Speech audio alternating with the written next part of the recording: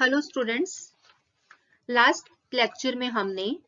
Definition of stem cells पढ़ा और उसके बाद हमने स्टेम सेल्स की प्रॉपर्टीज के बारे में पढ़ा था। आज के लेक्चर में हम टाइप्स ऑफ स्टेम सेल्स के बारे में पढ़ेंगे कि ये कितने प्रकार की होती हैं। लास्ट लेक्चर में हमने जो स्टेम सेल्स देखी थी वो हमने on the basis of potency देखी थी कि उनमें कितनी क्षमता होती है। उस क्षमता के आधार पर हमने स्टेम सेल को क्लासिफाई किया था। अभी जो हम क्लासिफिकेशन देख रहे हैं on the basis of sources देख रहे हैं। First is pluripotent stem cell. ये जो प्लूरिपोटेंट स्टेम सेल्स होती हैं, इन सेल्स में तीनों तरह की जो जर्म लेयर्स होती हैं, एक्टोडर्म, एंडोडर्म और मेसोडर्म, उनसे जो सेल्स बनती हैं, उन सेल्स को बनाने की इनमें क्षमता होती है या उन लेयर से जो सेल्स बनती हैं उनको बनाने की योग्यता होती है। ये जो ह्यूमन प्लूरिपोटेंट सेल्स होती हैं, ये ह्यूमन एम्ब्रियो से संबंधित जो टिश्यूज होते हैं उनको अलग करके और उनका कल्चर करके प्राप्त की जा सकती हैं। थॉमसन ने सन 1998 में इस प्रकार की सेल्स को ह्यूमन एम्ब्रियो से अलग करके उनका कल्चर किया और फिर उन्होंने कुछ सालों बाद ये प्रमाणित किया कि ये जो स्टेम सेल्स होती हैं ये बॉडी की सभी स्पेसिफिक सेल्स जैसे कि पैनक्रियास सेल्स, नर्व सेल्स होती हैं, इनको ये बनाने की क्षमता रखती हैं। ये जो प्लूरिपोटेंट सेल्स होती हैं, इनको ये दो तरह की होती है। First embryonic stem cell and second is embryonic germ cell. First embryonic stem cells, ये जो सेल्स होती हैं ये ब्लास्टोसिस्ट के इनर जो सेल्स होती हैं उन ग्रुप से इनको प्राप्त किया जा सकता है और जो इनका कल्चर होता है एम्ब्रियोनिक स्टेम सेल्स के रूप में किया जाता है। ये जो एम्ब्रियोनिक स्टेम सेल्स होती हैं ये अपने आप में एम्ब्रियो नहीं होती हैं, किंतु जो इनका व्यवहार होता है वो डेवलपिंग एम्ब्रियो में होता है और यही जो इनका कैरेक्टरिस्टिक होता है इनके द्वारा, या हम ऐसे कह सकते हैं कि जो इनका कल्चर होता है उसका जो एनवायरनमेंट होता है वो डेवलपिंग एम्ब्रियो से अलग होता है। ये जो एम्ब्रियोनिक स्टेम सेल्स हैं इनको जेम्स थॉमसन ने 1998 में जो एम्ब्रियो होता है उसके ब्लास्टोसिस्ट की जो इंटरनल लेयर्स होती हैं उस इंटरनल जो सेल्स का ग्रुप होता है वहां से इनको डिराइव करके एम्ब्रियोनिक स्टेम सेल्स को लिया और फिर इनका कल्चर बनाया और बाद में ये जो एम्ब्रियोनिक स्टेम सेल्स हैं इन पर स्टडी की तो उसमें देखा कि इनमें 3 स्पेसिफिक कैरेक्टरिस्टिक पाई जाती हैं जो कि दूसरी सेल्स में नहीं पाई जाती। फर्स्ट कैरेक्टर है वो ये होता है कि इनमें बिना एजिंग तथा बिना आनुवंशिक उत्परिवर्तन यानी कि बिना म्यूटेशन के ये अपनी रेप्लिकेट लंबे समय तक कर सकती हैं ये सेल्स, यानी कि इनमें एजिंग नहीं दिखाई देती और इनमें किसी तरह का जेनेटिक म्यूटेशन नहीं दिखाई देता और उसके बिना ये अपना रेप्लिकेशन लंबे समय तक कर सकती हैं। दूसरा कैरेक्टरिस्टिक ये दिखाई दिया कि ये जो सेल्स होती हैं ये जेनेटिक रूप से सामान्य होती हैं और तीसरा कैरेक्टरिस्टिक ये दिखाई दिया कि ये जो एम्ब्रियोनिक स्टेम सेल्स होती हैं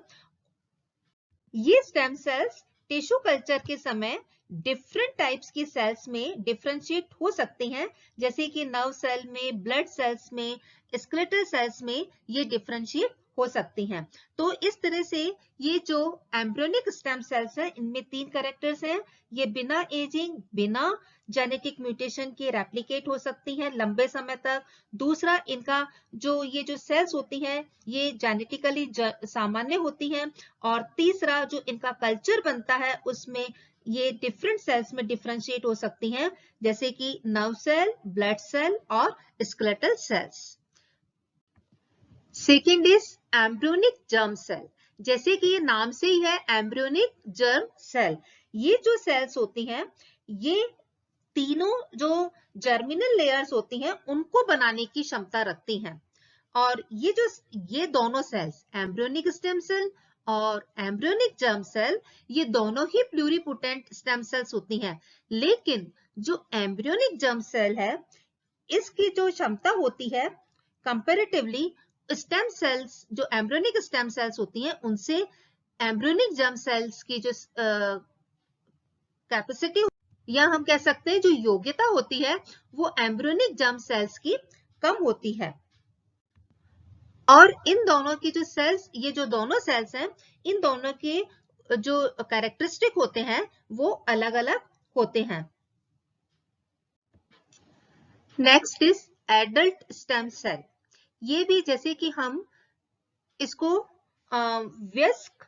स्तंभ कोशिकाएं कहते हैं, यानी कि जैसे कि नाम से ही पता चल रहा है, वयस्क स्तंभ कोशिकाएं, यानी कि ये जो सेल्स होती हैं, ये पोस्ट एम्ब्रियोनिक डेवलपमेंट के समय जो क्षतिग्रस्त सेल्स होती हैं, उनकी मरम्मत करने के लिए ये स्टेम सेल्स किसी भी ऑर्गेनिज्म के जीवन काल में पाई जाती हैं, इसलिए इन्हें एडल्ट स्टेम सेल्स कहते हैं। इन सेल्स का सबसे अच्छा एग्जाम्पल है haemopoietic stem cells of blood, यानी कि रुधिर उत्पादक ऊतक की स्तंभ कोशिकाएं, जो कि वयस्क स्टेम सेल्स को कई अंगों तथा टिश्यूज में इनको पहचाना जा सकता है। सबसे इंपॉर्टेंट पॉइंट ये है कि इनकी जो नंबर होती है वो टिश्यू में बहुत कम होती है, और ये स्टेम सेल्स हर एक टिश्यू के स्पेसिफिक स्थान पर कई सालों तक बिना डिवीजन हुए अवस्था में पाई जाती हैं, यानी कि ये अविभाजित अवस्था में रहती हैं, जब तक कि इनको कोई बीमारी या ऊतक की या जो टिश्यू है उसकी क्षति सक्रिय नहीं करती, यानी कि जब तक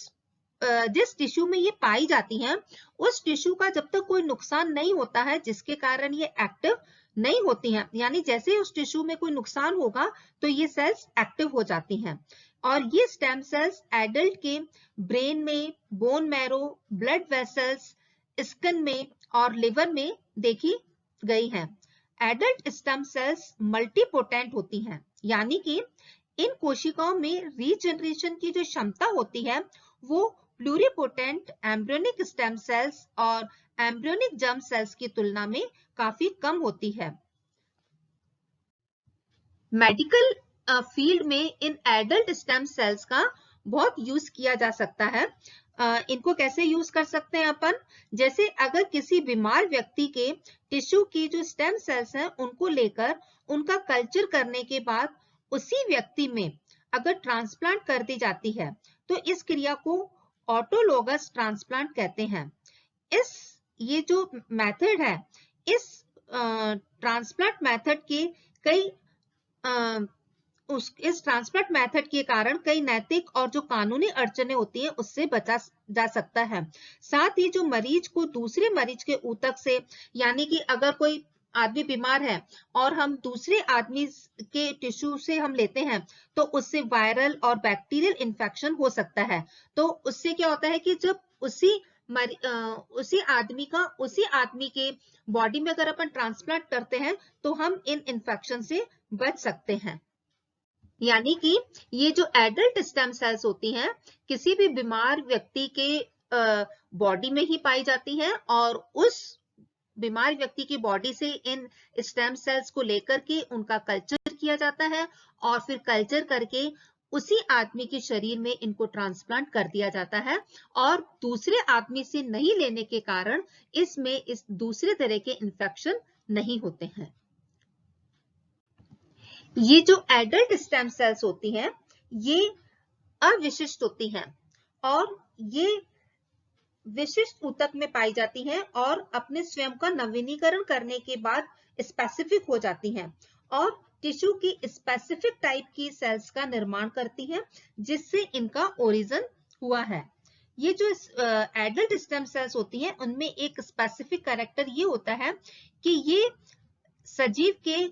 संपूर्ण लाइफ साइकिल में अपने समान आइडेंटिकल सेल्स का निर्माण करती हैं, और स्टेम सेल्स के इस गुण को सेल्फ रिन्यूअल या स्व नवीनीकरण कहते हैं।